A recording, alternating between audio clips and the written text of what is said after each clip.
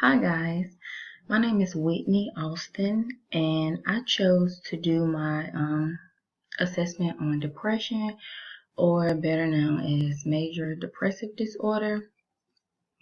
And the assessment that I chose to do was brief depression rating scale.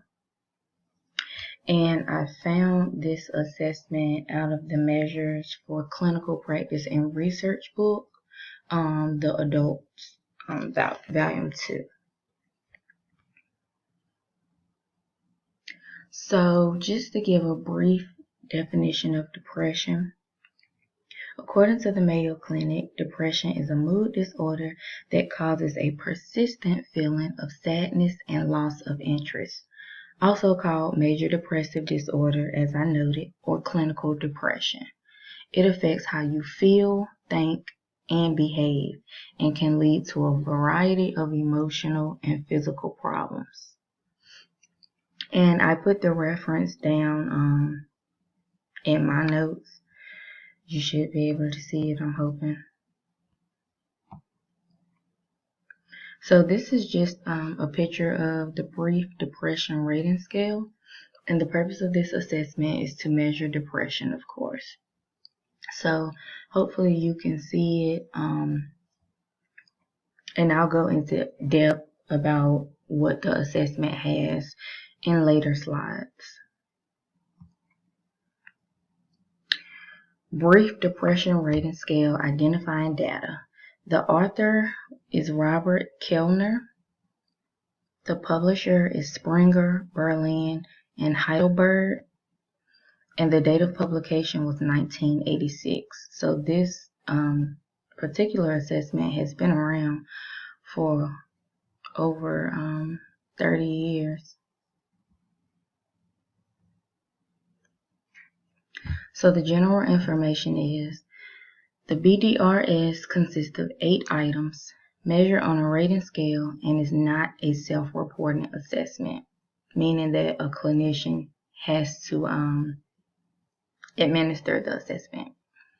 The 8 items are depressive moods or feelings of despair, psychological somatic symptoms, lack of interest, sleep disturbance, anxiety, appearance, depressive beliefs, and suicidal thoughts or behaviors.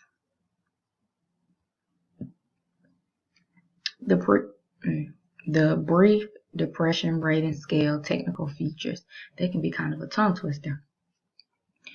The reliability, the correlations of 0.91 to 0.94. So it's pretty good reliability. The validity that I found was 0.83, which was concurrent validity with the Hamilton Depression Rating Scale. And what that means is the validity was 0.83 compared to the Hamilton Depression Relating Scale. And the norms were that this scale was studied with inpatient and outpatient patients with depression, but it did not specify whether it was adults or children, and I'll get into that a little more in my critique. Okay, my critique. So the cons that I found was the demographic wasn't specified through my research. So throughout the book and in my research, when I researched journals and just browsing the web, I didn't see a specified demographic. I was also unable to find the cost of the assessment, and I was unable to find out how to interpret the scoring of the assessment. That was really interesting to me. I thought it would be in the book, but it was not. So it just says that you have to sum the scores up, but it does not say like a score of 20 or more would indicate, major depressive disorder or anything like that. So that was interesting. The pros, there are only 8 questions in the assessment. The assessment has great validity and reliability. It is brief and easy to use. is not a self-reporting assessment, and the topics in the assessment align with the DSM-5 diagnostic criteria. And these are my references. Any questions? I hope not. Let's keep it at a minimum. Thank you.